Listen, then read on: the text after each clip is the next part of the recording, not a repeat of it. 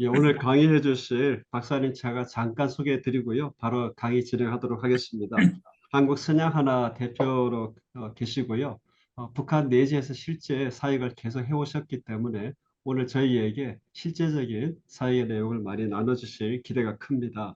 대북 인도주의 지원과 남북 경제 협력에 실제로 양창섭 박사님 저희 모실 때에 환영의 박수 우리 같이 한번 하면 좋겠습니다. 박사님 환영합니다. 반갑습니다. 네, 바로 감사합니다. 진행을 한번 해주시죠. 소개 잠깐 해주시고요. 화면 공유할까요? 예, 예, 하셔도 됩니다. 해도 됩니까? 예, 예. 우리 아까 말씀드렸습니다만 이게 몇 번 들으시는 분도 계시고 해서 오늘 갑자기 제 생각이 드는 게 좀 강의 이것도 심화 과정이니까 제가 말씀드리려 했던 것을 좀 더 심화시켜서 말씀을 드려야 되겠다는 생각을 하게 됐습니다. 혹시 제 PPT는 다 받으신 상태에서 강의 지금 합니까? 저희가 책자로 교재, 이미 다 교재 이렇게 배포가 되어 있습니다. 있죠? 예, 예. 그래서 자세한 것은 미리 배포해드린 그 교재를 보시고 제가 슬라이드 막 그냥 지나가더라도 좀 무성의하게 강의한다 그런 생각을 하시지 마시고 제가 조금 강의 내용과 방향을 좀 다르게 이렇게 하고요. 원래 제게 주어진 주제가 큰 덩치로 두 개입니다. 남북 경제 협력하고 대북 인도적 지원. 제가 지금 총신대 통일개발대학원에서 지금 겸임 교수로 강의하고 있는데요. 이 각자가 한 학기 강의입니다. 이번 학기는 남북 개발 협력해서 경제 협력 쪽으로 지금 하고 있고요. 물론 그 속에 이제 인도적 지원도 넣고 이게 제가 이제 통일부에 있었기 때문에 경제 협력을 먼저 말씀드리고요. 제가 직접 그 관여했던 것은 개성공단 지원재단 감사를 했고요. 인도적 지원은 제가 2005년, 6년, 7년 우리가 남북 관계가 제일 활발했던 시절인데요. 그때 사회문화교류본부장 해서 인도적 지원 직접 제가 많이 담당했기 때문에 그 뒷얘기 등을 좀 해드리고요. 세 번째 파트는 지금 선양하나 재단이 하고 있는 지금은 뭐 내지 사역을 하는 우리 국내 NGO들은 거의 없습니다. 우리 대북 협력 민간단체 협의회 북민협이라고 하는데요. 그 소개 단체 한 뭐 70%가 우리 기독교 단체인데요. 그 제일 활발히 하는 단체 34개를 모델로 해서 20년 백서 거기도 보면은 이 내지 사역은 그렇게 많지 않은데요. 저 선양 하나는 미국에도 등록이 돼 있고 또 미국 시민권자가 북한에 들어가서 직접 사역을 하기 때문에 그것을 조금 깊이 있게 나누면서 아까 우리 김 목사님 기도하신 대로 정말 이 남북 관계가 침체되어 있는 어떻게 표현하면 되냐면요. 지금 남북한 관계는 노태우 정부 이전의 관계다. 전두환 대통령 시절 이전. 달리 말씀드리면 남북 사이에 전화도 없고 통신도 없고 사람도 방문하는 사람 없고 물자도 하나도 없는 그런 완전 냉전기로 되돌아갔다. 이렇게 생각하시면 되고요. 어, 그런 때에 우리가 과연 그러면 지금 하나님의 뜻이 무엇인지 하나님의 마음은 무엇인지 한번 이 내시 사역을 나누면서 특히 또 지금이 윤석열 정부가 보수 정부지 않습니까? 그러니까 남북한 관계를 그렇게 복원시키는데 그렇게 적극적이라 할 수 없는 뭐 이 선교 훈련원의 그 성향은 제가 잘 모르겠습니다.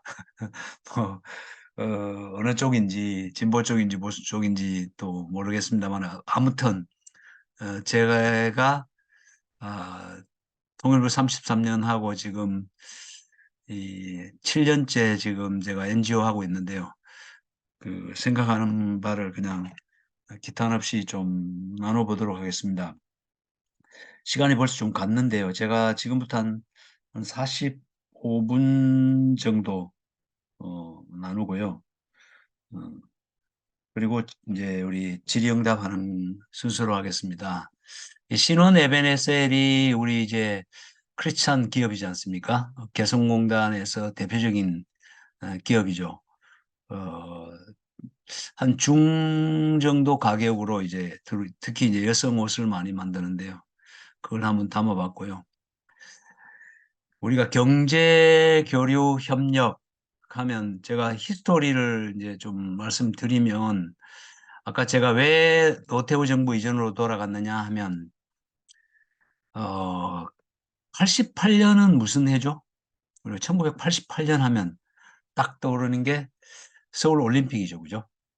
그래서 서울 올림픽은 많은 변화를 가져왔습니다. 특히 우리나라 그리고 남북한 관계 그리고 서울 올림픽 전후로 해서 국제 정세가 엄청나게 변화했죠.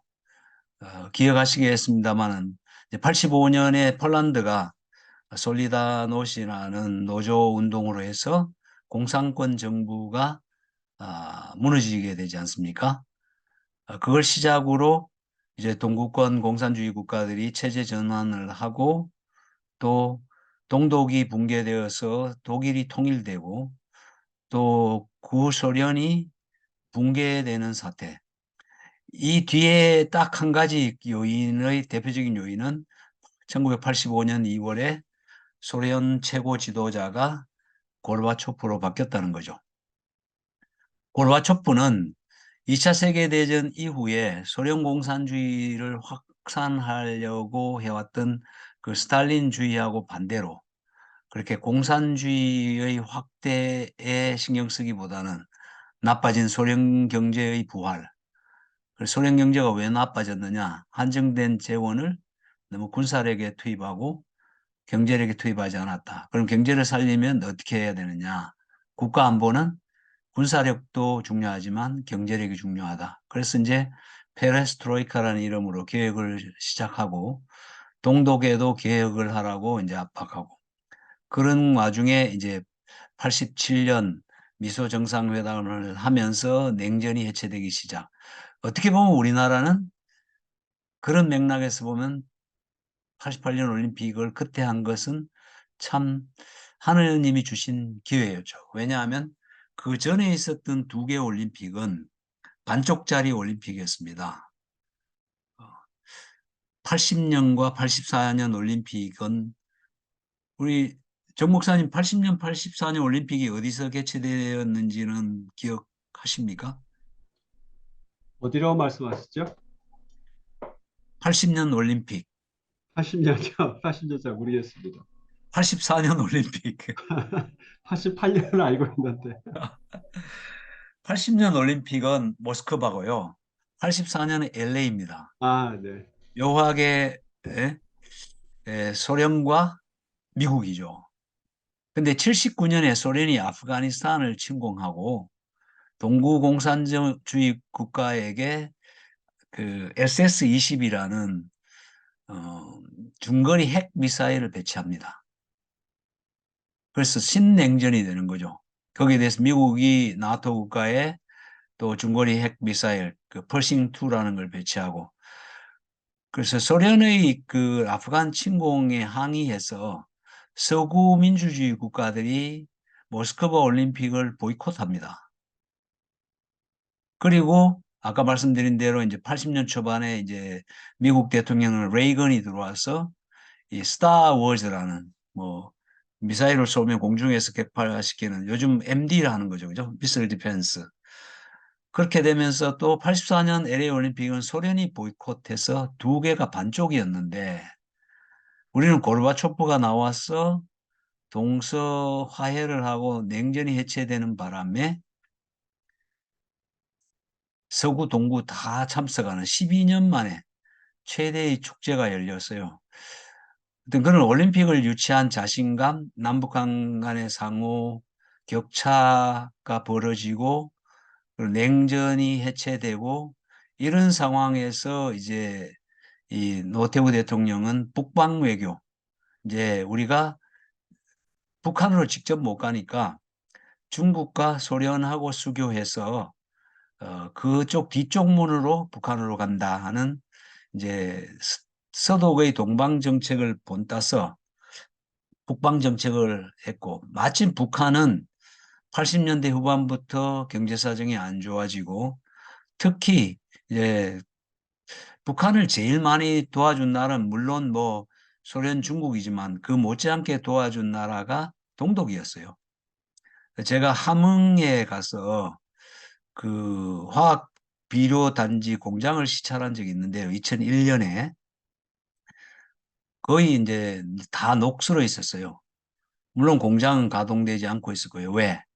동독에서 부품을 지원해주고 뭐 기름도 지원해주고 해야 공장이 가동되는데 또 전기도 없고 그런 이제 북한 경제 사정의 이 나빠지게 되니까 이제 북한은 활로를 찾고 있었던 게 이제 이 80년대 말인데 90년에 이제 독일이 통일되고 나니까 더 어려워지는 거죠. 그런 상황에서 북한은 아마도 김일성이 북한 정권을 수립한 이래로 최대의 국가 위기, 이걸 타개하기 위해서 남쪽에 대화를 제의합니다. 그게 이제 전두환 대통령 말기부터 했어요. 어, 그래서 86년, 7년 이때는 또 우리 올림픽 북한이 우리가 유치해 놓으니까 거기 밥숟가락 하나 걸치겠다 해서 뭐 공동 주최를 하자, 분산 개최를 하자 이래서 체육회담도 개최되었고요. 그런 와중에 이제 노태우 대통령이 이제 남북한 관계를 적대적, 대결적, 경쟁적 관계에서 화해, 협력적인 관계로 전환하겠다 하면서 제일 첫 번째 한 게 재벌들의 북한 방문을 허용해 줬습니다. 그래서 89년 1월에는 정주영 회장이 북한을 방문해서 7대 사업에 거의 합의를 합니다. 금강산, 뭐 개성관광 이런 거 해서 다 독점적 개발을 하는. 그리고 이제 아까 제가 말씀드렸던 88년 77선언 이후에 그 선언 내용이 남북한 교류협력, 물자교역도 하겠다 해서 이 90년 8월 1일에 남북 교류협력에 관한 법률이 나오는데 이건 아주 중요한 법률입니다. 왜냐하면 그 전까지 남북한 관계를 규율하고 우리가 북한 문제를 규율하는 법은 무엇이었겠어요? 국가보안법이었습니다. 근데 국가보안법은 북한을 국가로 인정하지 않고 북한은 우리 대한민국을 전복시키려 하는 이 일종의 적대적 불법 단체로 규정했습니다. 그렇기 때문에 북한 사람을 만나거나 북한을 방문하는 것을 금지시켰던 법률입니다. 그런데 이 남북 교류협력에 관한 법률은 거꾸로 북한 사람을 만날 수 있고 북한을 갈 수 있고 북한으로 물건을 제공하고 또 북한으로부터 물건을 수입하고 그런 제반 사항을 규율하는 법률이라서 이게 또 신법이잖아요. 신법 우선이니까 지각이 변동한 거죠. 그렇게 하면서 북한하고 교류협력하면서 비용이 들어가는 것을 정부 재정에서 지원하는 남북협력기금법도 마련했고요. 그리고 김우중 회장이 김일성을 만나서 남포공단을 만들겠다. 이렇게 해서 남포공단을 조성해서 운영하게 되었습니다. 이 사진이 이제 김우중, 김일성. 근데 정주영 회장은 첫 번째 방문에서는 김정일을 못 만났고요. 98년에야 금강산에서 김정일을 만났습니다. 그러면 독일이 통일되고 소련과 북한을 도와주는 그 동구 공산주의 국가들이 다 시장 경제를 채택하고 다 이제 체제 전환을 해버려서 북한을 지원하지 못하게 되자 최대의 위기라고 제가 했잖아요. 이 위기를 김일성은 어떻게 타개했느냐? 남북 회담에 나와서 총리 회담을 가집니다. 그게 90년 9월입니다. 90년 9월 1차 남북 총리 회담이 신라 호텔에서 개최되었고요. 12월에 2차 그렇게 해서 이 91년 12월에는 합의가 되는데 그 합의서 이름이 남북 사이의 화해와 불가침 및 교류협력에 관한 합의서고요. 2월에는 이게 발효하게 됩니다. 이거 합의되었을 때 뭐 통일부 사람들은 난리 났죠. 이대로 하면 통일이 되는 걸로. 더군다나 남북 불가침 협정을 했기 때문에 곧 뭐 평화협정을 그리고 교류협력 속에 이제 남북이 간에 교류협력, 경제협력이 있어서 여기에 따라서 이제 경제협력 활성화 조치가 김영삼 정부 때 발표가 되었고요. 그래서 경제인사 상호 방문, 임가공하는 거 있죠. 우리가 원자재 기술자를 보내서 북한 노동력을 이용해서 생산해서 남쪽으로 다시 가져오는. 어, 그래서 임가공이 한창이었던 2000년 전후에서는 우리 내의 양복, 뭐 양말, 특히 이제 제일모직 이런 것은 대부분 평양에서 임가공해서 들어온 것이었습니다. 그런데 이제 문제가 생겼죠. 총리회담에서 이제 남북 관계가 막 앞으로 나가는데 거기 걸림돌이 생긴 게 북한 핵 문제입니다.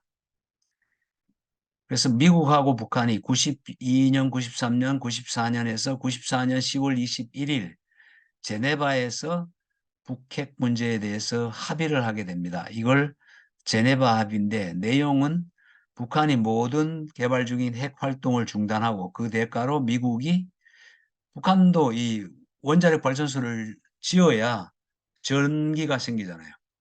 그래서 북한의 전기 사정을 도와주기 위해서 매년 중류 50만 톤 그리고 울진 5,6호기 원자력 발전소를 모델로 한 경수로 100메가와트짜리 2기를 2003년까지 제공한다. 그게 하나고요. 또 제네바 합의 두 번째 축은 미국하고 북한하고 관계를 정상화한다. 관계 정상화라는 건 외교관계 수립이죠. 그죠? 제재도 완화하고. 이렇게 해서 이제 남북 경제협력이 시작되었고요.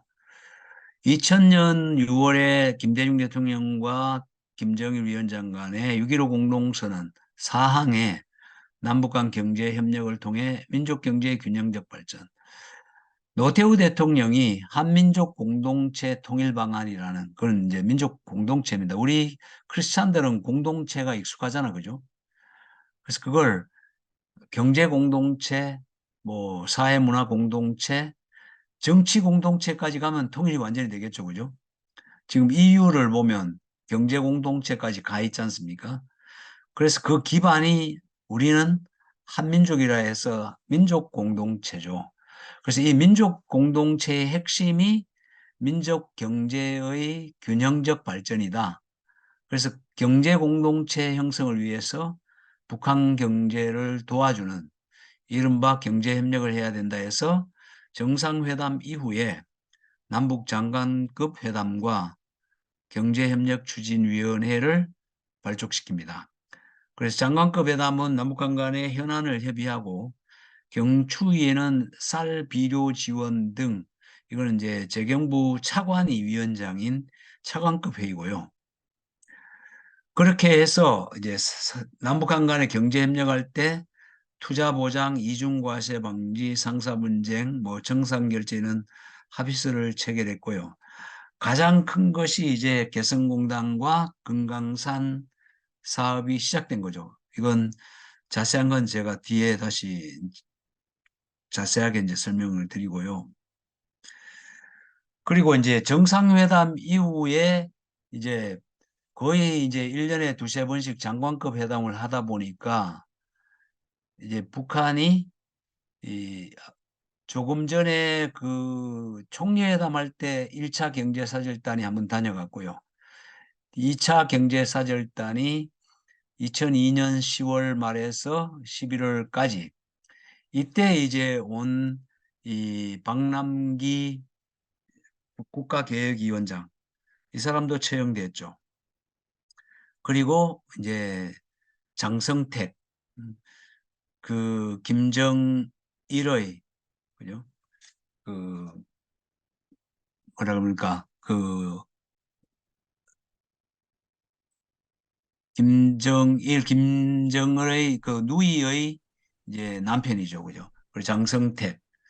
그리고 박봉주 씨는 아직 살아있죠. 총리를 2번이나 했고 아직도 이제 건재한데 이분들이 이제 내려와서 이제 경제협력이 본격화되는데 간 곳이 동대문시장, 롯데제과, 경복궁역, 코엑스몰 그리고 뭐 울산도 갔고요.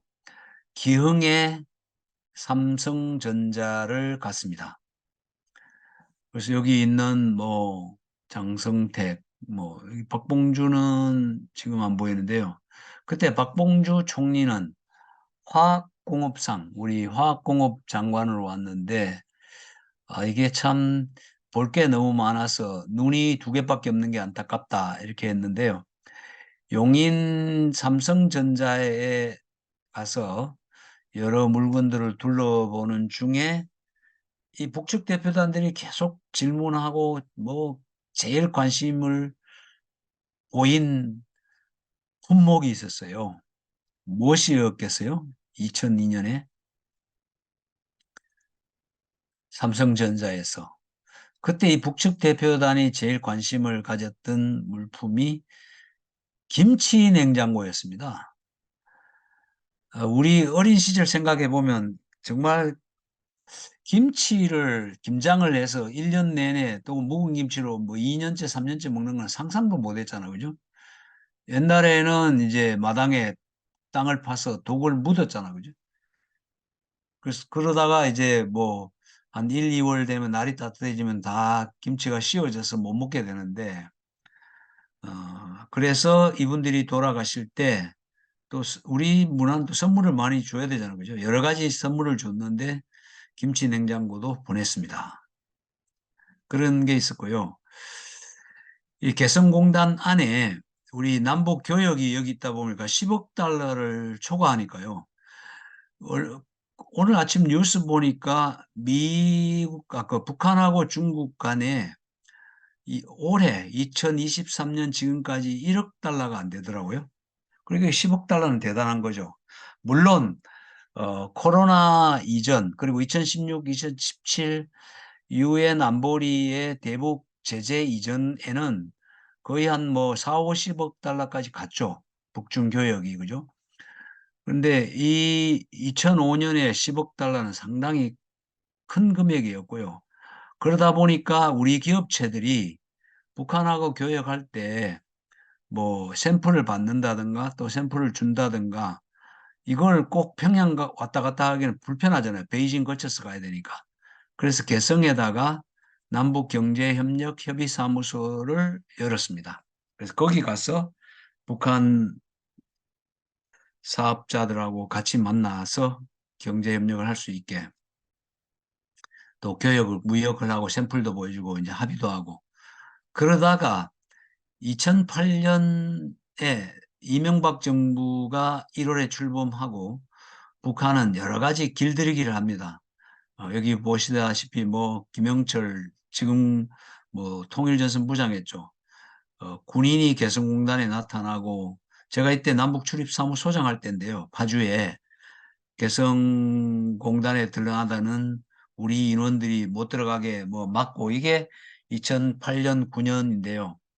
2008년 7월 11일에 금강산 관광을 하던 여성이 북한 군인의 총에 맞아서 피살당하는 사건을 계기로 해서 남북 관계가 금강산 관광이 중단되면서 나빠지다가 반짝 이제 이렇게 2009년 남북 정상회담 한다고 뭐 그렇게 된 계기는 이제 2009년 8월에 김대중 대통령이 서거에서 북한이 이제 조문 특사가 왔죠. 그죠? 그래서 싱가포르에서 비공개 회담을 통해서 남북 정상회담까지 거의 하는 방향으로 했었는데 2010년 3월에 사상 초유의 사건으로 북한이 우리 이 함정을 의뢰로 격침시킨 사건으로 젊은 군인이 46명 죽고 우리가 거기에 대한 제재로 모든 남북 교육 중단하고 방북 중단하고 다행히 개성공단말을 이명박 대통령이 남겨두었습니다. 이명박 대통령의 이론은 이명박 대통령 표현이 그래요. 계란 전부를 한 바구니에 담아둬서는 안 된다. 그래서 바구니 떨어뜨리면 계란 다 깨지니까. 요즘식으로 하면 올인하지 말라 이거죠. 그래서 5월 24일 아침에 그 관계장관 회의를 하면서 하나는 살려둬야 되는데 그래도 개성공단은 살려두는 게 좋지 않겠느냐 했는데 박근혜 대통령이 닫아버렸어요. 저는 남북한 관계에서 큰 실책이 이 개성공단을 우리가 먼저 닫은 거.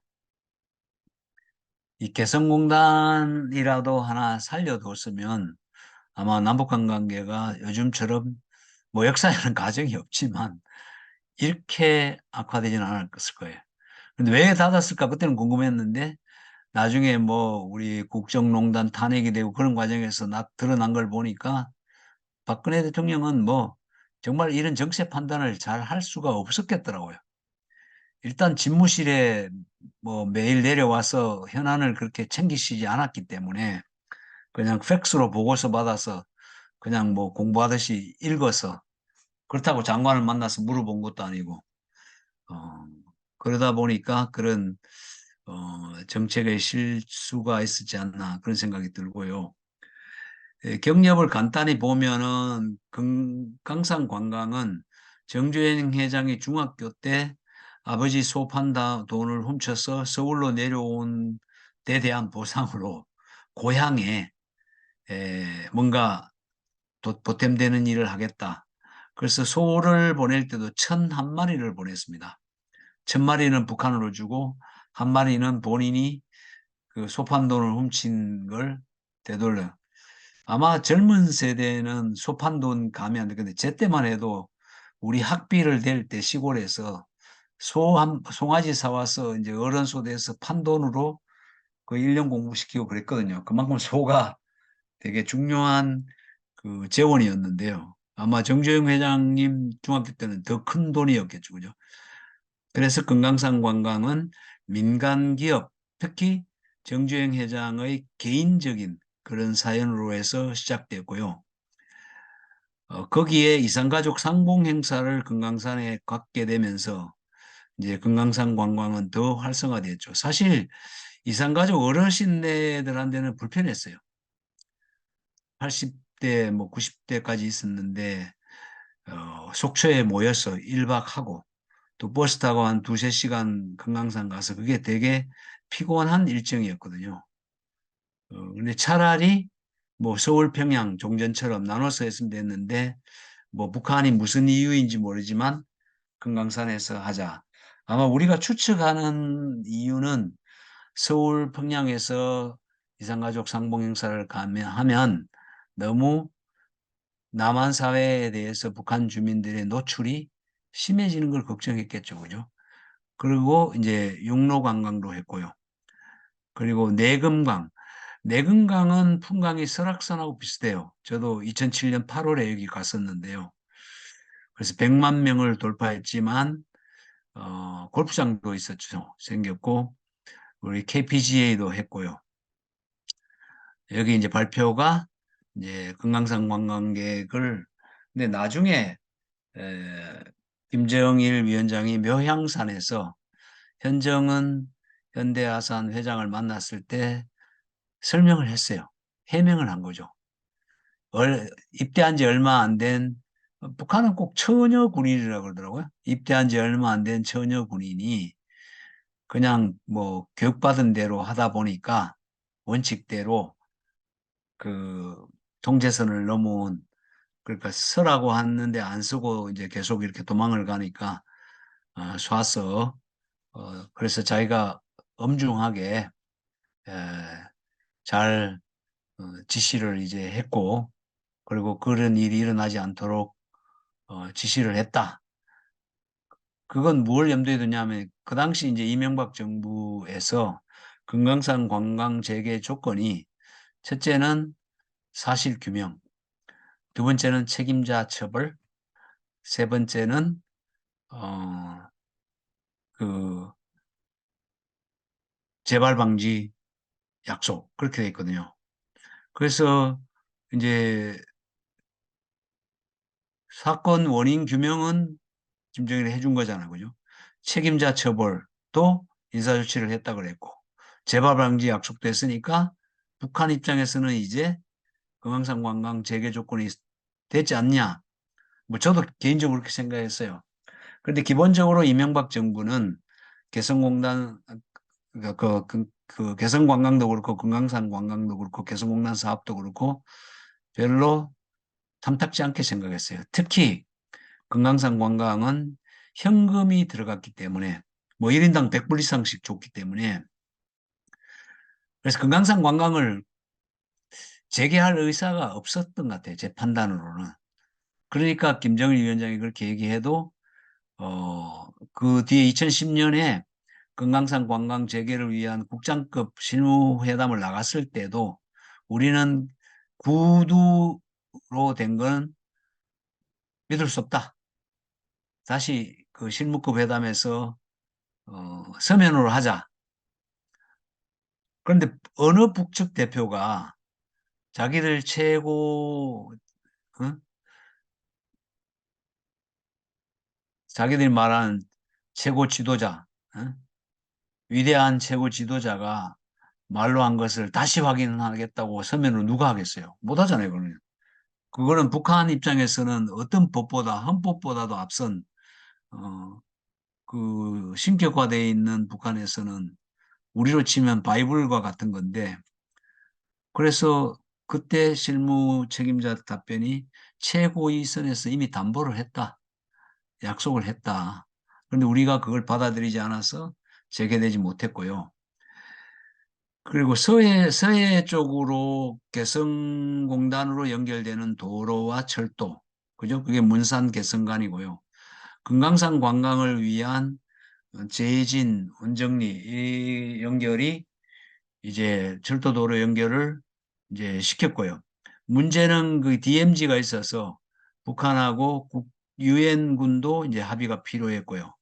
그렇게 해서 여기 남북 출입사무소 남측 거, 그리고 2018년 평창에 왔던 북측 응원당도 우리 여기 출입사무소를 통해서 육로로 이제 드나들었고요.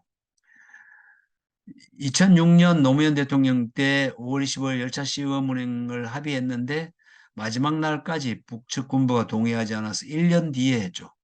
그래서 경의선 쪽은 우리 기차가 올라가고 또 이 동해선 금강산 쪽은 북측 기차가 내려오고, 개성공단 사업은 이것도 마찬가지로 현대아선이 시작해서 2003년에 착공식을 했고요.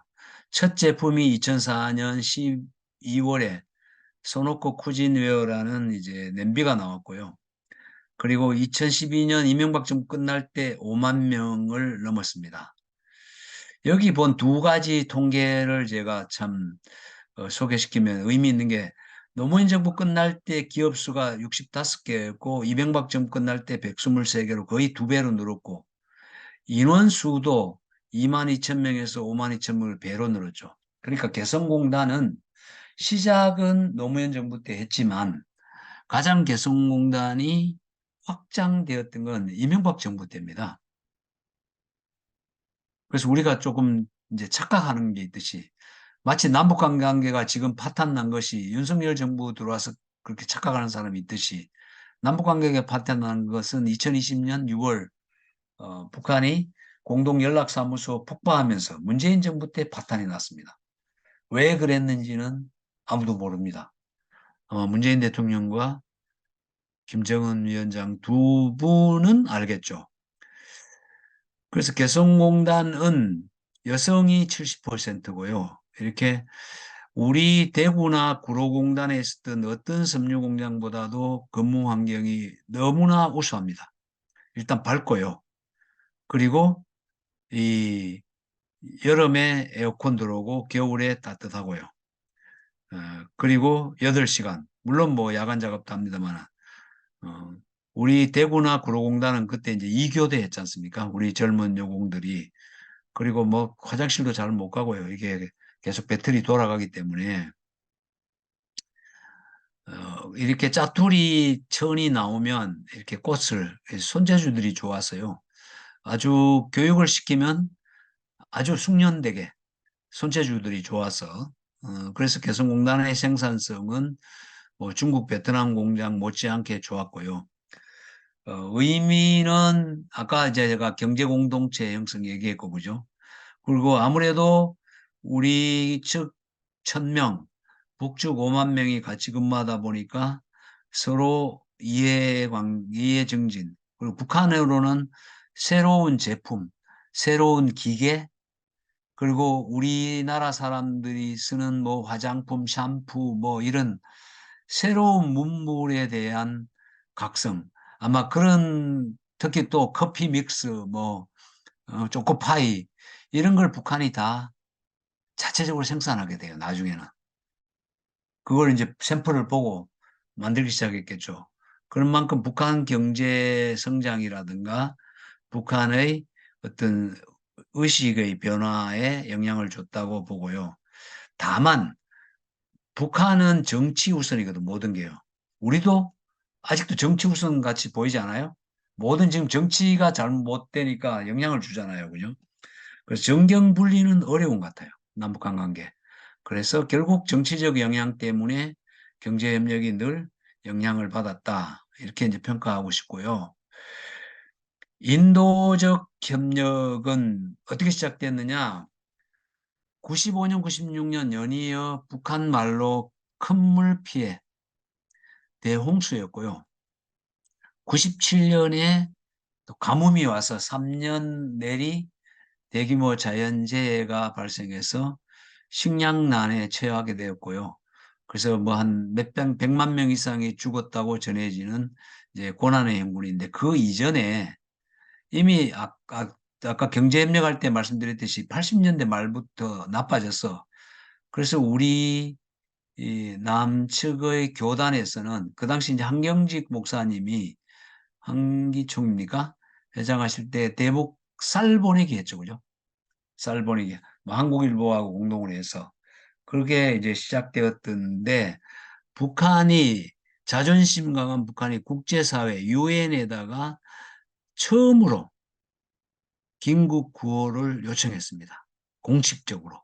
그래서 유엔 기구들이 지원하기 시작했고 우리나라도 96년 1월에 WFP 월드 푸드 프로그램의 세계 식량 계획에 300만 불을 도네이션 하면서 대북 지원이 시작됐고요.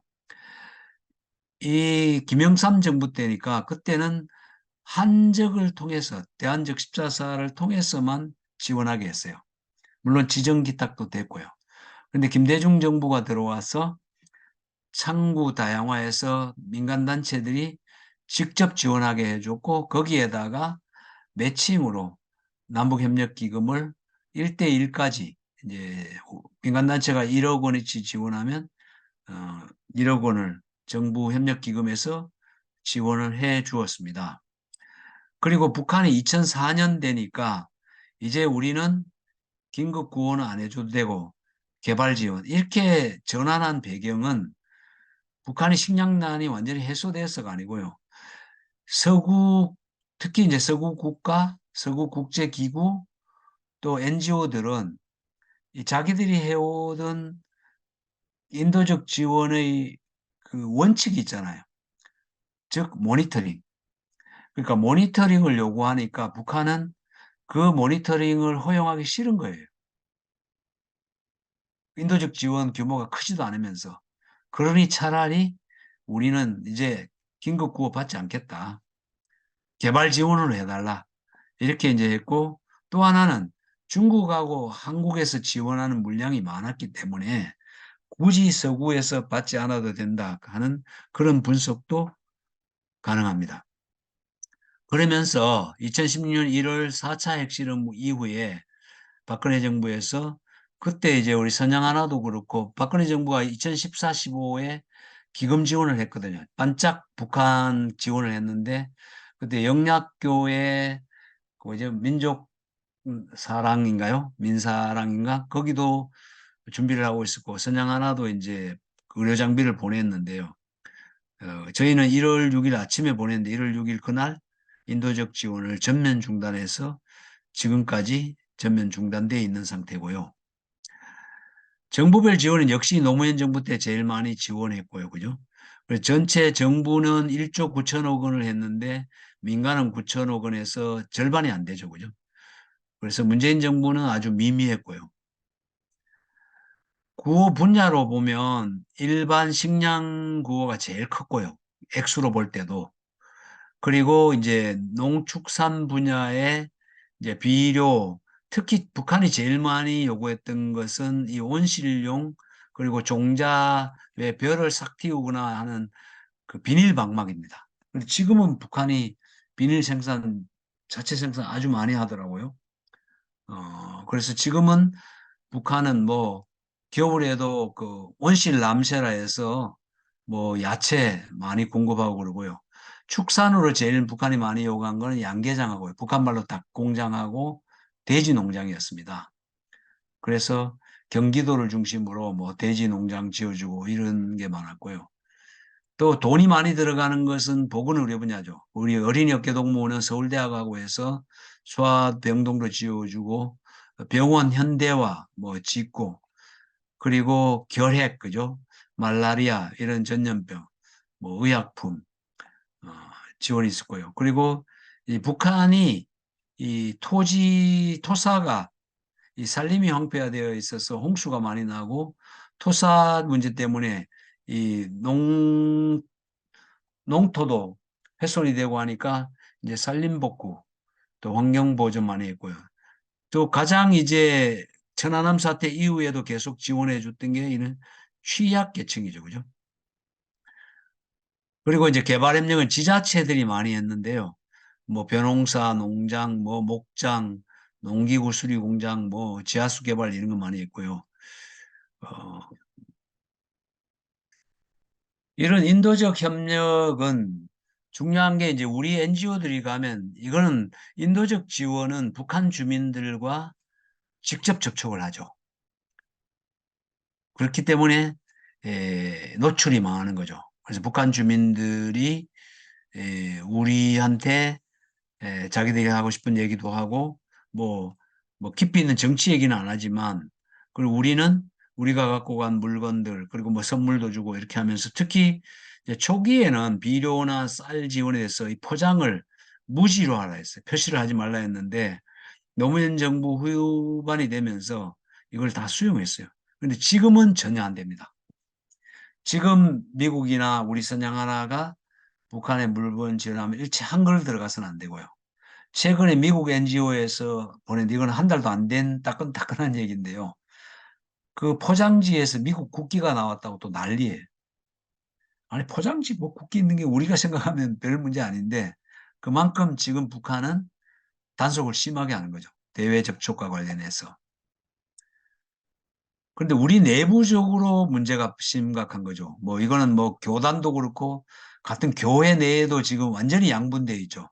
만약에 지금 북한에 대해서 인도적 지원을 한다 하고 교회에 오픈을 하면 아마 이 당회에서도 시끄러울 겁니다. 그죠? 우리 교회도 실제로 그렇고요. 저는 지금 남서울교회 출석하고 있는데요. 대북 지원에 반대하는 사람들은 이 김정일, 김정은 정권을 연명시킨다는 거죠.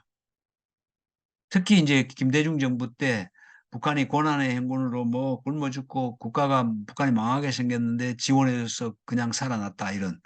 그리고 우리 지원하는 게 군부나 특권층으로 간다. 필요한 그 서민들한테 가지 않는다. 그런데 북한은 핵 미사일 도발 행동을 계속하고 있다. 그런데 무슨 지원을 해주느냐? 또 박근혜 정부 때는 심지어 뭐 우리가 지원한 개성공단 금강사 이런 돈으로 핵개발에 전용했다. 이런 이제 주장까지 나왔으니까요. 찬성하는 사람은 기본적으로 통일이라는 거죠. 통일의 주체는 남북한 주민인데 결국은 우리가 인도적 지원을 통해서 북한 동포들이 이 적대감을 해소하고 동포의 적 사랑을 느껴야 무엇보다도 북한 주민들의 대남 인식을 바꾸어야 통일에 도움이 되지 않느냐. 그리고 인권적 차원에서도 생존적 차원, 뭐 사회적 인권, 생존적 인권 있잖아요. 우리가 기본적으로 먹고 살아야. 그리고 통일을 생각할 때 이 어린애들이 어릴 때 탄수화물 이런 거 섭취 못하면 뇌 성장에도 영향을 준다 그러잖아요. 그죠? 여러분 배고파서 이렇게 하면 뭐 이렇게 머리가 잘 안 돌아가고 그런 기능이 좀 둔해지는 거 못 느끼세요? 저는 배고프면 뭐 그 정신적 어? 이게 안 돌아가거든요. 그 성장에 실제로 영향을 주죠. 그죠? 그걸 스턴팅이라는데 발육 성장에 진짜 육체적, 신체적 뿐만 아니고 이 뇌 발달에도 영향을 준대요, 실제로. 그게 다 통일에 부담이 되지 않냐, 그렇게 주장하는 사람이 있고요. 아까 경협과 마찬가지로 당국 관계가 끊겨 있을 때 민간단체라도 하면 그게 이제 마중물 역할을 이제 할 수 있는 거고요. 그런데 지금 윤석열 정부는 완전히 꽉 막아놓고 있고요. 또 협력이 확장성 전문화가 있어갖고 식량 지원하다 보면 이제 거기 빵 공장도 짓고요. 빵 공장 하다 보면 또 관광에 뭐 또 다른 국수 공장도 하게 되고요. 관광하다 보니까 금강산 관광 거기 그 원정리에 서커스단도 해놨지 않습니까? 그러다 보니까 그 북측 서커스단이 교회단이라죠, 그죠? 서울 와서 공연도 하고 또 현대에서는 현대 그 농구장을 지어서 농구팀까지 북한하고 또 시합도 하고 이런 또 인천시가 하다 보니까 또 부산시가 하게 되고 경남도 하게 되고 이런 이제 확장성이 있고요. 이 개발 협력으로 이제 사실 우리가 어, 물고기를 줄 게 아니고 물고기 잡는 방법을 가르쳐 줘야 된다듯이 이제 개발 협력 사업을 해야 이제 어쩌의 경제 협력이 이제 더 활성화되는 그런 계기가 되는 거죠. 그럼 왜 한국 정부는 인도적 지원을 했을까요? 쌀 비료. 이거는 이제 제가 이번 강의에 처음 넣어봤고요. 뭐 우리가 순수한 동기에서 생각하면 인도적 동포애적 동기에서 이거는 이제 민간 단체들이 그렇게 생각하겠죠. 특히 우리 크리스찬들은 그죠. 그리고 정부 입장에서는 이 북한의 행동을 바꾸기 어렵거든요. 우리가 북한의 행동을 바꿀 수 있는 레버리지가 없잖아요. 수단이 당근이 없다 이거죠, 그죠? 모든 사람과의 관계에 있어서 우리가 어느 정도 당근과 채찍이 필요하잖아요. 레버리지가 그죠? 남녀 간의 관계도 그렇고 뭔가 선물을 한다든가 그죠? 북한도 마찬가지예요. 그래서 우리가 이산가족 상봉 행사를 할 때는 꼭 쌀 비료를 유인책으로 했었어요, 실제로. 그리고 회담이 단절돼 있을 때 북한이 또한 북한이 요구하기도 했어요. 회담 나오기 전제 조건으로 뭐가 있어야 되지 않느냐 하면 그걸 쌀 비료 주고 이런 남북관계 진전의 어떤 수단으로 사용한 게 인도적 지원이었다. 그렇게 할 수 있고요. 또 미국도 그렇고 한국도 그렇고 북한이 제네바 합의도 그랬고 그죠? 핵실험이나 핵을 포기한 대가는 엄청난 경제협력의 대가. 그래서 우리가 2005년에는 우리 독자적으로 전력을 제공하겠다 그랬잖아요. 그리고 뭐 트럼프는 뭐 그 태블릿에 북한 경제 개발 그 비전을 담아서 줬잖아요. 내가 핵 포기하면 이 정도로 우리가 경제 발전을 도와줄 수 있다. 그리고 근저에는 이제 제가 아까 말씀드린 대로 민족 공동체, 경제 공동체 형성을 위해서는 인도적 지원을 해줘야 된다고요. 제가 한 10분 정도 남았는데요. 선양 하나 사례를 이제 좀, 이 사단법인 선양 하나는 통일부에 등록이 되어 있고요. 미국에는 이그니스 커뮤니티라는 이름으로 텍사스 주에 등록이 되어 있고요. 홍콩에도 사단법인으로 등록이 되어 있습니다.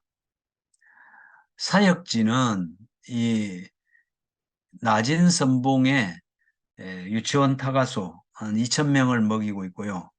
거기에 단독 기업으로 신발 공장을 해서 요게 눈장화라 하는데요. 요즘 같은 겨울철에 한 켤레 10,000원씩 기부받아서 지금까지 10만 켤레 북측 타가소 초등학생, 중학생까지 지원을 했고요. 평양에 뇌성마비 자폐증 치료를 위한 병원을 지었고요. 그래서 이걸 주도하는 분은 여기 스티브 윤 선교사, 미국 국적의 의사시고요. 들어가게 되면서 사역이 시작됐고 필드에서 일하는 분은 조선족 선교사들입니다. 이 사람들은 중국 국적을 갖고 있기 때문에 북한에 드러나들기 쉽고 또 여러 가지 신변 안전상 한국 사람보다 훨씬 더 유리한 측면이 있습니다. 그리고 코로나 기간 동안에는 낯선 지역에서 유치원 타가소 이런 사역을 하던 캐나다, 미국 NGO들이 다 철수하는 바람에 우리가 거의 한 3,000명까지 그래서 코로나 기간 동안에는요 쌀하고 우리가 석탄을 샀습니다. 왜냐하면 겨울에 난방을 해야 되기 때문에 그래서 교회 같은 데 지원받아서 코로나 기간 중에도 우리는 한 3천여 명의 어린이들, 교사들의 두 가지 쌀, 석탄을 제공했고요. 이 보건소 지원은 이제 여기 왕진기, 정진기 이런 거 했고요. 그래서 요거 NGO 국제 NGO가 거기 목장하는데 나선에서 거기서 만든 요구르트를 사서 이제 간식을 줬고 이건 물론 코로나 이전 사진이고요. 이렇게 시멘트도 제공해야 되고요. 이렇게 요거는 보건소 지원이고 올해 4월 5월에 나선시에서 5살부터 10살까지 분유가 필요해서 30톤을 우리 한국 정부 승인을 받아서 15톤, 15톤. 그 15톤이 많더라고요. 그죠? 우리가 10톤짜리 트럭이면 진짜 크잖아. 그죠? 그래서 이거는 3월, 4월에 다 들어갔습니다. 그래서 올해 대한민국 정부가 북한으로 가는 인도적 물품 승인한 것, 이거 단 한 건입니다. 왜냐하면 우리가 의료 장비 보내려 했는데 지난주에 정부가 거절했어요. 그래서 아쉽게도 지금 의료 장비를 못 보내고 있는데요. 어, 분유값이 비싸요. 중국서 샀는데도 분유 30톤에 한 2억 원어치 오래 보냈습니다. 그 신발은 아까 제가 설명드렸는데 이 스티브 윤 선교사 아버님이 옛날에 신발 사업을 하셔갖고 사장을 맡아서 이렇게 공장을, 이건 태양열이고요. 공장 우리 부지고요. 이건 외국인 단독 기업입니다, 우리가. 그래서 북한 근로자 우리가 50명을 고용해서 이 흰옷 입은 게 북한 근로자고요. 코로나 기간 중에도 우리 공장에서 이 사람들은 자재 남은 걸로 계속 생산을 했어요. 내수도용도 있기 때문에. 그래서 북한 근로자 월급을 1인당 100불씩 코로나 기간 3년 내내 계속 보내줬습니다. 그래서 공장은 가동되고 있고 지난 7월, 8월에 올겨울에 이제 신발 생산 10,000켤레분을 자재를 중국에서 라선으로 다 보냈고요. 그래서 올겨울에는 이제 3년 만에 북한 어린이들에게 2만 켤레 지원할 목표로 이제 생산을 아마 곧 이제 시작하려고 그럽니다. 그리고 마지막으로 이제 우리 선양 하나가 하는 돈 제일 많이 들어가고 장애인. 여기 이제 우리가 다 지은 평양의학대학 안에 있고요. 평양 중심부에. 그 지하 1층, 지상 5층으로 2013년에 시작해서 19년에 완공했고요. 2020년에 그 내부 인테리어 다 하고 의료 장비를 1차분은 갖고요. 컨테이너 2개. 컨테이너 4개분이 지금 부산세관에 있습니다. 건물은 이렇게 이제 기초공사해서 이게 내부 다 중국 건설 회사가 대부분 중국 자재로 했고요. 엘리베이터만 북한 겁니다. 그렇게 해서 외부에 걸려 있는 이게 뭐 같아요? 이게 에어컨 실외기입니다. 그래서 우리 27명 북한 의사들이 너무 좋아해요. 평양에 있는 건물 중에서 에어컨 시설이 제일 잘 되어 있는 거의 6성급 호텔에 준하는 병원입니다. 그래서 2019년 12월 말에 마지막 코로나 직전에 우리 이제 스티브 윤 선교사, 우리 중국 선교사, 요거 북한에서 부원장, 그 담당 과장, 그리고 요거는 이제 LA 목사님, 그리고 우리 싱가포르 우리 사역자, 그리고 이 세 분은 조선족 선교사 이렇게 다녀왔고요. 그리고 미국 시민권들이 하기 때문에 미국과 북한은 미국이 이제 그 적성국 제재 대상이잖아요. 그래서 승인을 받아야 돼요. 벌금 받기 때문에 재무성 승인을 받아서 이 사업 승인서고요. 2년마다 연장하고 있습니다. 그럼 왜 이 뇌성마비 내지 사역이 시작됐느냐? 이름이 복신자죠. 복복자 믿을 신자 같은데요. 2012년 1월에 스티브 유는 아선에서 시작했어요. 그리고 카이로프라틱 전공이니까 조그마한 방에서 할아버지 할머니들 왜 이거 허리 구부러지고 뭐 카이로프라틱이 주로 허리잖아요, 그죠? 그걸 팔 안 올려가고 뭐 이런 거 치료해 주니까 치료가 되니까 이제 할아버지 할머니들이 막 몰려드는 거예요. 그런 와중에 이 복신이 할머니가 6살 된 복신이를 안고 왔어요. 보니까 이제 뇌성마비가 뭔지는 알죠. 교회에 혹시 이제 그런 애들이 있을 텐데요. 그 사지 경직성 마비잖아요. 처음에는 이제 손이나 발에서 오다가 네, 사지가 다 마비돼서 막 이렇게 돼 있는 잘 거동을 못하는. 근데 이 복신이는 사지 경직성에 이제 턱까지 마비가 와갖고요. 이 음식을 못 씹어요. 그래서 할머니가 음식을 씹어서 입에 넣어주고요. 손은 안 펴지는데 이제 우리 스티브 윤 선교사가 한 두세 달 하니까 이제 손도 펴져서 할머니 등도 잡고 이런 차에 스티브 윤은 평양으로 와야 했어요. 평의대 병원으로. 그런데 이런 내성마비가 있으면 북한은 내성마비인 줄도 몰랐던 거예요. 그 당시에. 우리나라 마치 70년대, 80년대 내성마비 자폐증 나오면 이게 뭔지 모르듯이. 그래서 북한은 이렇게 얘기한대요. 내성마비 자폐증 오면 성한 사람도 살기 힘든데 괜히 아예 고생시키지 말고 빨리 가게 해주라. 그래서 호적에도 안 올리고요. 숨겨서 이제 키우는데. 근데 이 복신이가 어, 스티브 윤석에서 평양에 왔으니까 침대를 하나 빌려갖고 6인실에 복신이를 침상을 마련해서 복순이야 할머니가 와 있었어요. 3개월 동안. 그 치료되는 걸 보고 이제 북한 거기 있는 거기 입원해 있는 부모들이 막 핸드폰 전화를 하는 거예요. 거기 있잖아. 왜 그 누구 아들 비슷한 애 여기 미국서 용환 의사가 와서 치료가 된대. 이렇게 입소문이 나서 이제 막 평의대병원으로 애를 업고 오기 시작했어요. 그러던 차에 이 우인이라는 애가 10월에 왔습니다. 2012년 10월에 선생님한테 옆에 왔어요. 10살인데 얘도 사지 경직성이라서 이건 좀 나았을 상태고요. 이 벨트로 묶어줘야 앉아 있고 학교 등교는 이제 부모나 선생님이 업고 가야 되는 이제 우인이었는데 이 우인이 치료를 1년 해서 수술도 2번 하고 해갖고요. 이 이렇게 걷게 되었어요.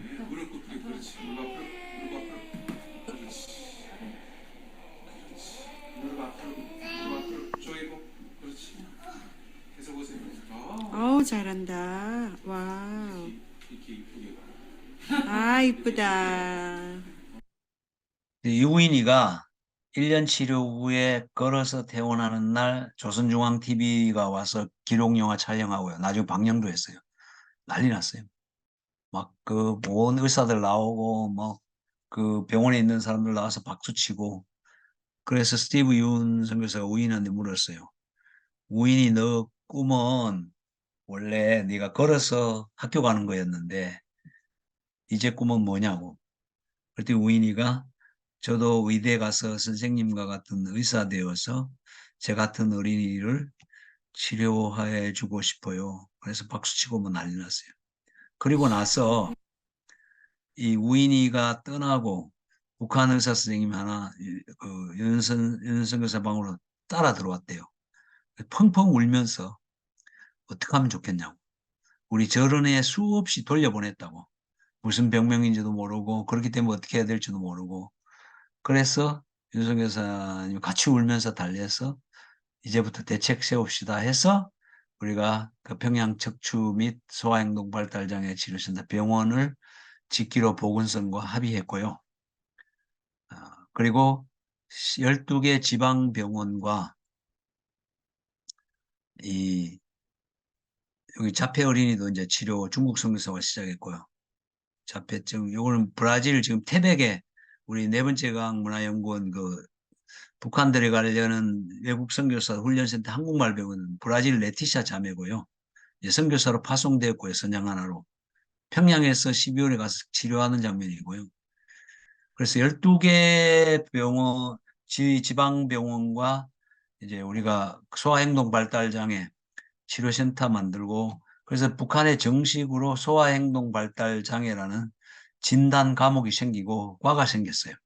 이런 정책 변화가 왔는데 그래서 박근혜 정부 때 우리가 기금 1억 5천을 지원받아서 세 군데 강원도 원산하고 평안남도 평성 남포에 소아행동 발달장애 치료센터를 요거는 이제 조이 사모님, 스티브 윤 선교사 사모님, 미국 선교사 딸이고요. 한국에서 자랐고요. 그런데 우리는 이런 생각을 하고 있습니다. 북한 내지 사역이니까 뭐 우리 임원수 목사님도 봤지만 우리도 사역 다 그만두고 철수해야 될 상황이 올 수도 있다. 그리고 우리가 코이카 사업을 해서 우리가 아프리카나 동남아시아에 병원 많이 지어주잖아요. 그러면 병원만 짓고 이렇게 그 테이프 끊고 돌아오면 병원 안 돌아가요. 왜? 병원에 가서 일할 의사가 없는 거죠. 아프리카로 우리나라에서 누가 의사 나가서 하겠어요? 지방도 안 가는데 의사가. 그래서 우리도 선양 하나가 철수해도 자체적으로 할 수 있도록 하는 방법은 뭘까? 27명 우리 병원에 와 있는 북한 의사들을 트레이닝 시키는 거죠. 그죠? 그래서 2015년에 필리핀 마닐라 의학대학에서 2018년에 홍콩에서 2019년에 이거는 2주 했어요. 우리가. 상해 양지병원에서 이 보바스 이 한국 강사들이 가서 북한에서 8명이거든요. 요 부원장부터 해서 이제 저도 있고 스티브 연성 교수인데 이렇게 북한에서 엎드려서 진단하고 여기 중국 병원에 있는 중국 여아 사지 마비된 거 이제 진단하고 치료하는 방법을 이렇게 했고요. 그래서 3번 했고 이제 계속 하기로 했는데 코로나 때문에 못 했는데 메디피스라는 우리 의료 선교 단체가 베트남 꽝찌성에서 코이카 사업으로 장애인 종합복지관을 짓고 있습니다. 그래서 11월 28일 날 저랑 스티브 윤선 교사 몇 명이 가서 거기에다가 북한 장애인 재활센터를 지어서 이 북한 의사들을 이제는 베트남으로 데려와서 연수시킬 계획을 그래서 위에서 기도해 주시면 감사하겠고요. 그 내년쯤 목표로 하고 있습니다. 그래서 일단 현지 다녀오려고 그러고요. 의료 장비 10억 원어치 중에 이제 지금 못 간 컨테이너입니다. 이게 의료 장비. 그래서 지난주에 이제 우리 보내려고 했는데 정부가 반출 거부하는 바람에 지금 이제 못 가고 있고요. 그것도 이제 큰 기도 제목이고요. 마지막으로 우리 선양 하나 평가를 해보면 사람 관계이기 때문에 제일 중요한 게 이제 북측 관계자. 우리는 보건성 해외동포 원어위원회 평양의학대학 신뢰가 구축돼야 우리가 체류, 북한은 처음에는 체류는 안 시켜주거든요. 그리고 아까 이제 그런 내성마비 환자를 수없이 돌려보냈다고 우는 울음을 멈추지 못 북한 의사 속에서 그 사람들도 생명에 대해서 중요하게 생각하고 있구나. 그리고 북한 모든 병원에 소아행동 발달장애 진단 과목이 생길 정도로 보건 정책 변화도 가능했고요. 마지막으로 우리는 거기에 공동체 생활하거든요. 신발 공장도 그렇고 저 병원도 그렇고, 그리고 우리끼리는 찬양도 하고 기도도 하고 그 속에 예배드리고 그 속에서 이제 일하시는 하나님. 특히 우리 북한 내지 선교라는 게 참 막막하잖아요. 그죠? 왜? 우리가 선교를 두 가지로 보면 복음을 전파하는 이 말로 하는 선교, 그죠? 그게 안 되잖아요. 북한 사람한테 예수 믿으라 할 수 있어요. 뭐 성경을 줄 수 있어요. 그럼 다 잡혀가는데. 그래서 우리가 하는 거는 우리의 그 팀 켈러 목사님이 얘기하신 deed ministry, 행위를 통해서 우리의 행위를 보고 선한 행위를 보고 하나님을 보게 되는 그런 내지 선교에 치중하고 있습니다. 제가 여기까지 말씀드리겠습니다. 감사합니다. 질문 받겠습니다. 네, 박사님 감사합니다. 지금부터 질의응답 시간을 가지도록 하겠습니다. 손들기 기능 이용하시거나 그러시면 제가 발언할 수 있는 기회를 드리도록 하겠습니다.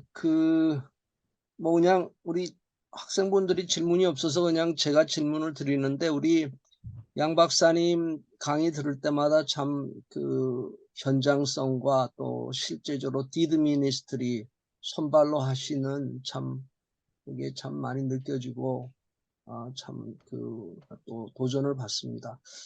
그 선양 하나의 사역에서 이제 북한이 코로나가 끝나면서 최근에 이제 국경 개방을 시작을 한다고 하고, 또 내지 사역을 하시던 많은 분들이 우리 신발 공장이나 또 태백에 가 계신 분들이나 또 우리 스티브 윤이나 다시 이제 북한에 들어갈 준비들을 하고 계시는 거로 알고 있는데, 이게 이제 코로나 3년을 거치면서 북한도 상당히 그 자기들의 어떻게 이제 많이 생각들이 좀 달라졌을 수도 있고, 과거와 같이 내지 사역자들 나선에 가서 활동하는 것들을 그대로 과거와 같이 허용을 해 줄런지, 큰 변화 없이 그냥 그게 이어질런지, 뭐 그 점에 대해서 좀 여쭙고 싶습니다. 네.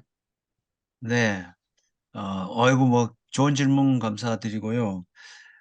일단, 제가 생각하는 북한 내지 사역의 가장 큰 걸림돌은요, 우리 한국 정부고요.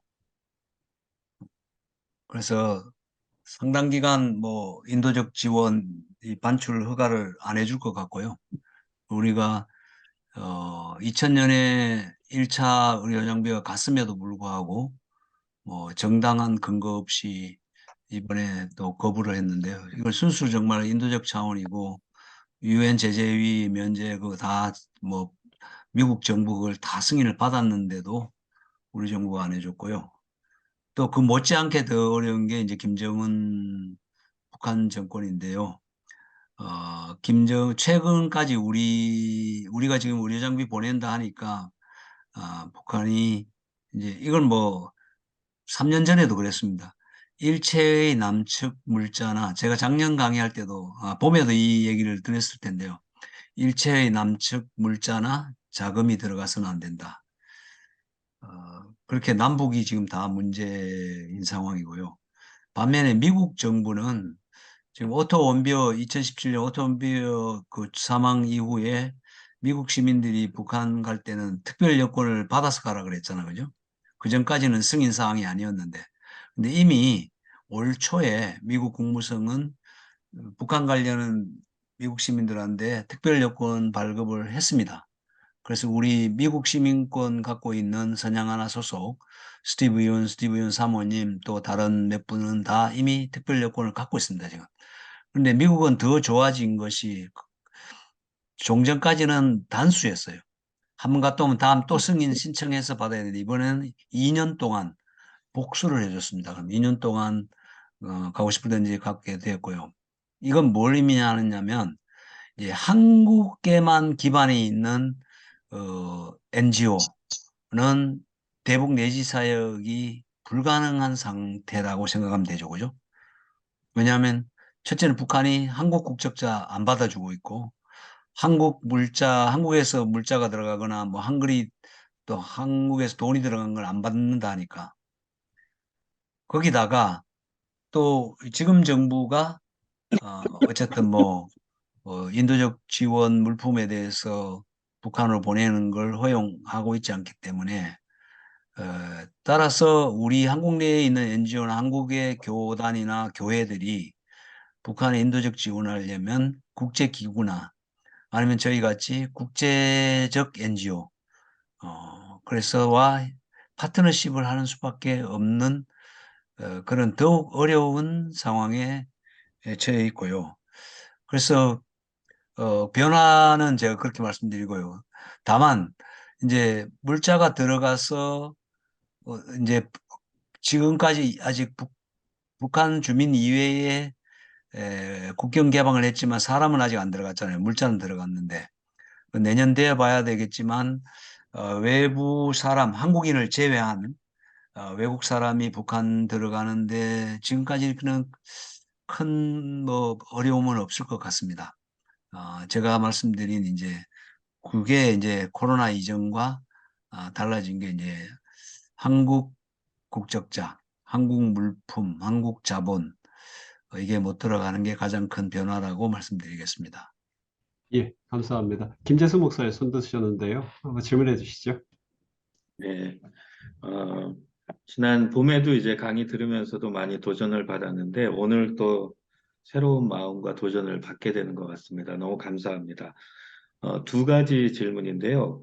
선양 하나에서 이런 지원을 하게 되는 거 보면 의료 장비도 엄청난 재정이 들어가고 또 신발 공장이나 여러 가지 것도 재정이 그만큼 많이 들어가는 건데 이런 부분이 어떻게 자금들이 지금 선양 하나 국제적인 이 부분들로 이제 모금되는 건지 그걸 하나 알고 싶고요.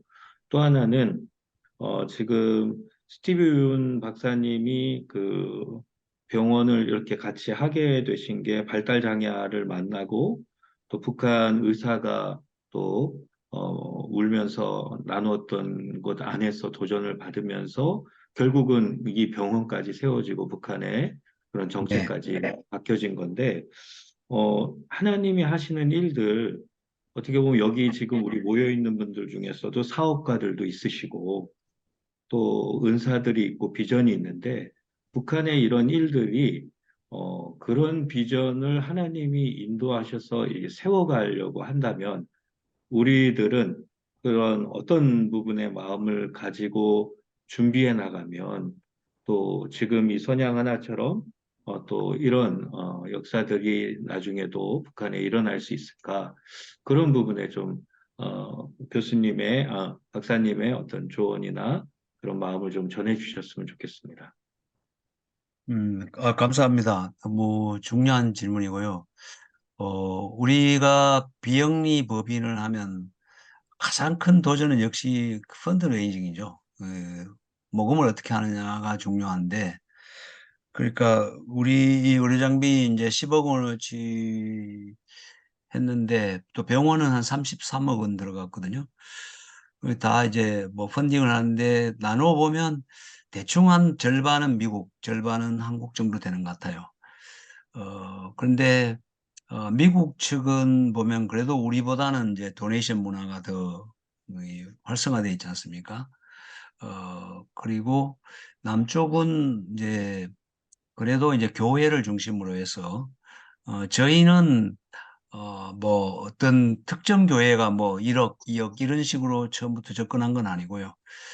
저희는 그냥 후원하는 사람 숫자가 많으면 기도하는 사람 숫자도 많고 또 우리도 그분 후원자들을 위해서 기도하고 그리고 가급적이면 뭐 1만원 정기 후원자를 이제 많이 늘리려고 지금 한 뭐 우리 선양 하나에 이제 월 정기 그죠? 매월 단위로 후원해 주시는 분은 한 600명 정도 되시고요. 그렇게 많지는 않습니다. 뭐 우리가 흔히 말하는 뭐 월드비전이나 이런 그 단체에 비해서는 아직도 뭐 구멍가게 같지만요. 감사하게 생각하고 있고요.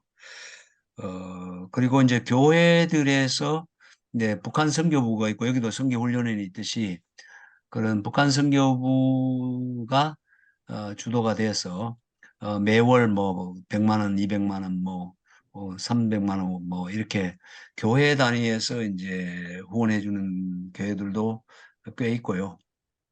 특히 이제 작년에 우리 스티브 윤 선교사가 새롭게 하소서 CBS 출연하면서 후원자가 참 많았고 그 프로그램을 많이 보셨나 봐요. 그 기회 되시는 분은 유튜브에 새롭게 하소서 스티브 윤 편 한번 보시면 아마 새로운 도전이 될 것 같고요. 또 사랑으로 길을 내다 하는 책을 냈습니다. 그 책도 또 우리 후원하는 데 상당히 도움이 됐고요. 그리고 내시 사역에 있어서 도전은 저희들이 이제 늘 기도하는 것은 저희 뭐 선교 훈련을 하시는 여기 참석한 분도 마찬가지고 어떤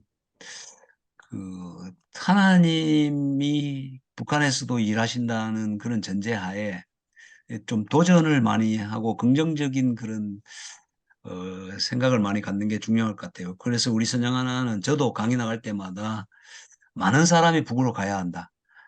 제가 아까 말씀드린 대로 지금은 북한 가는 길이 막혀 있지만 또 이게 뭐 영구적으로 막혀 있지는 않거든요. 언젠가 열릴 텐데 그래서 보다 많은 사람이 북녘 땅에 가서 거기서 기도하고 예배드리고 할 때에 이 하나님이 하시는 게 더 활성화되지 않는 생각을 하고요. 그래서 북녘 선교에 대한 비전을 끈을 놓지 마시고 계속 기도해 주시고요. 그래서 지금 우리 태백에 18나라에서 지금까지 한 33가정 정도 계속 지금 3년째 지금 이제 연수하고 있지 않습니까? 그 중에는 북한에 사역하다 오신 분이 있고요. 나선에서 예를 들어서 마을버스 운행하다 오신 선교사님도 계시고 또 농업, 농장, 온실 도와주는 독일 선교사님도 계시는데요. 그런 선교사님들은 지금 많이 이제 덜 떠 있죠. 그래서 북한에서 살아보셨기 때문에 그래서 혹시 이제 1단계로 우선 우리가 못 가면 한국 말고 다른 외국 지역자 다 가거든요. 특히 최근에 이제 브라질, 몽고 이런 쪽에서 북한 선교가 상당히 뜨겁거든요. 그럼 그런 사람들을 보내는 선교에 좀 기도해 주시고 후원해 주시고 그런 것도 우리가 북한 선교의 길이다. 우리가 직접 못 가면 보내는 게 원래 선교잖아요. 그죠? 그렇지 북한도 지금은 남측 사람이 못 가기 때문에 그런 가시려는 그런 외국 선교사님들을 도와주는 그래서 저희도 기도 중에 태백에 그 네 번째 강을 만드는데 우리 이 선교 훈련원이 한번 정 목사님 네, 언제 시간 내셔서 강원도 태백 한번 오시죠. 네, 좋습니다. 네, 네, 거기 사역 말씀 많이 좋습니다. 들었습니다. 네, 예, 추가로 또 질문 있으시면 기회 드리도록 하겠습니다. 박사님 혹시 요 문제 보충적으로 좀 설명을 해 주실 수 있으실까 해서 말씀을 드리는데요. 아까 온실 얘기가 잠깐 나와서 지금 네, 연포온실 단지도 그렇고 원산도 그렇고 평양도 그렇고 올해 2월 15일에 착공도 또 새롭게 했고 그래서 온실 단지 그 내부에 보면 실제 우리 비닐하우스 대규모 처지랑 크게 이렇게 차이는 별로 없는 그런 모습인데 우리는 스마트팜으로 많이 소개되어 있잖아요. 예, 예, 또 전기도 많이 이렇게 들어가야 하고 예, 예. 그 부분에 대해서 지금 뭐 국외건 어디건 협력이 어떻게 좀 이루어지고 있는지 그 좀 설명이 가능하시면 좀 말씀해 주시면 좋겠습니다. 저는 2015년 말에 제가 2016년 1월까지 개성공단에 있었는데 그 개성공단 거기 이제 물을 어, 그 월고 저수지에서 갖고 한 17km 가다가 우연히 그 온실을 봤어요. 북한 온실은 이렇게 반은 이제 이렇게 땅 속에 있고 이렇게 만들었는데 요즘 이제 화보에 나오는 거 보면 우리 남측처럼 대규모 비닐하우스가 돼 있거든요.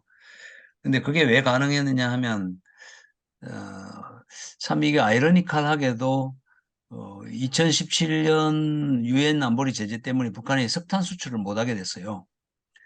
그러니까 석탄 수출해서 한 10억 불 버는데요. 중국에다가 수출해서. 그걸 못하게 되니까 이제 김정은은 그걸 내부 공장, 내부 화력발전소로 돌렸거든요. 그러니까 이제 북한이 아마 전기 사정이 오히려 좋아졌어. 그리고 공장 가동률도 높아지고 해서 그런 비닐 생산을 화학 비료, 이런 화학 공장 뭐 이런 게 좀 가동이 되니까 비닐 생산을 많이 하게 되지 않나 그렇게 생각을 하거든요. 그래서 비닐 생산을 많이 하게 되니까 이제 온실이 활성화된, 저는 뭐 그렇게 분석을 하고 있습니다. 음, 네, 감사합니다. 더 추가로 질문 있으시면 제가 기회 드리도록 하겠습니다. 네, 박희환 집사님 말씀하시죠. 아까 말씀 잘 들었습니다. 그리고 느낀 것도 많고요. 네, 저 궁금한 거 한 두 가지만 말씀드리겠습니다. 아까 말씀하실 적에 경제협력사무소 폭파된 것이 김정은과 문재인 대통령은 알 것이다라고 언뜻 말씀하신 것 같은데 그것은 어떻게 생각하시고서 이렇게 말씀하신 건지 좀 말씀해 주실 수 있으면 좀 해주시고요. 두 번째로는 우리 정부가 아까 이제 남한 정부가 가장 큰 걸림돌이라는 말에 대해서도 전적으로 공감합니다. 그런데 문제는 현실적으로 한 번은 이쪽 정권 한 번은 이쪽 정권이 번갈아가면서 이렇게 혹은 뭐 두세 번이 됐던 이런 지속성이 없는 상태에서 어떻게 지속 가능성을 통일 정책적으로 확보할 수 있을 것이냐에 대해서 고민해 보셨을 것이라고 생각하고 그거 좀 말씀해 주십시오. 혹시 아까 손 드신 분인데 같이 질문하면 제가 같이 답변을, 아까 이승영 권사님이 손 드셨나요? 예, 질문하시면. 예, 예, 예. 너무, 네, 안녕하세요, 교수님. 예, 너무 이게 광범위하고, 제 처음에 이제 듣는 입장에서는 교육생 입장에서 듣다 보니까, 이거 선양 하나에 대해서는 이제 간접적으로만 몇 번 들었을 뿐이지, 구체적인 사업이 어떤 거다라는 거는 잘 모르고 있었습니다. 근데 그 많은 사업 중에 소아병원을 짓게 된 계기가 어디서부터 시작이 됐을까 그런 궁금증이 생겼어요. 왜냐면 북한에 과연 장애인이 몇 명인지 장애인 통계 수치가 제대로 나왔을까? 이런 의문도 생기고요. 그 많은 사업 중에 지금 보니까 12군데가 있는데 어떻게 보면 저희 나라보다 소아병동이 더 많아 보여요. 도별로. 네, 저희는 너무 지역별로 이렇게 소아병원이 모아져 있는 반면에 북한은 이렇게 많이 12개라고 보고 저는 좀 많게 느껴졌거든요. 이렇게 많이 사업을 하셨구나. 그리고 대단함과 동시에 이 시작한 동기가 저는 너무 궁금한 거예요.